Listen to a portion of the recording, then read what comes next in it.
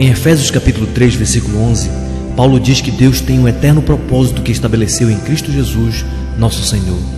Em Romanos capítulo 8, versículo 28, o apóstolo Paulo afirma que todos nós fomos chamados segundo este propósito.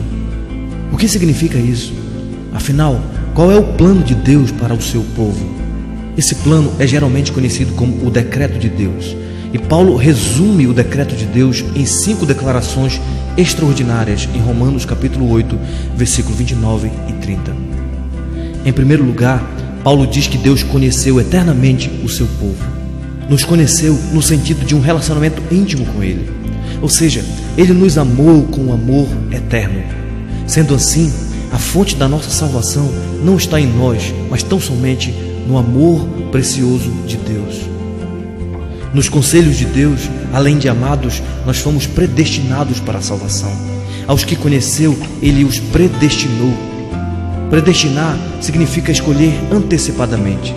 Deus nos escolheu em Cristo antes da fundação do mundo para sermos santos e irrepreensíveis perante Ele.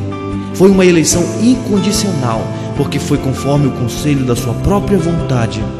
Em terceiro lugar, no propósito de Deus, Ele determinou que os predestinados seriam chamados eficazmente para a salvação. Aos que predestinou, a esses também chamou. Jesus disse: as minhas ovelhas ouvem a minha voz e elas me seguem.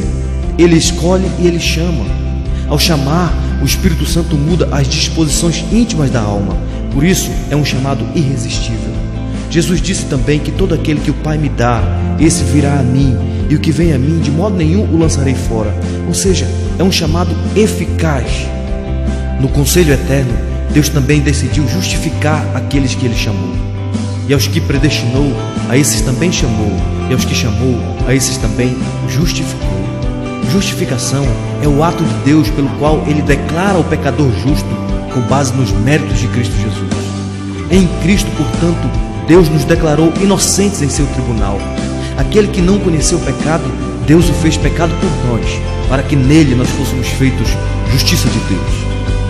E por fim, no propósito de Deus, também consta que aos que Deus justificou, a esse também glorificou. Essa é a garantia da vida eterna. Mesmo vivos na terra, já temos a garantia da vida eterna, pois já estamos assentados à direita do Pai nos lugares celestiais em Cristo Jesus. Pelo decreto de Deus, o céu já é uma realidade para os eleitos, de modo que o verdadeiro cristão não pode perder a sua salvação, porque do começo ao fim, ela é uma obra exclusiva da graça de Deus. Que diremos, pois, à vista destas coisas? Se Deus é por nós, quem será contra nós?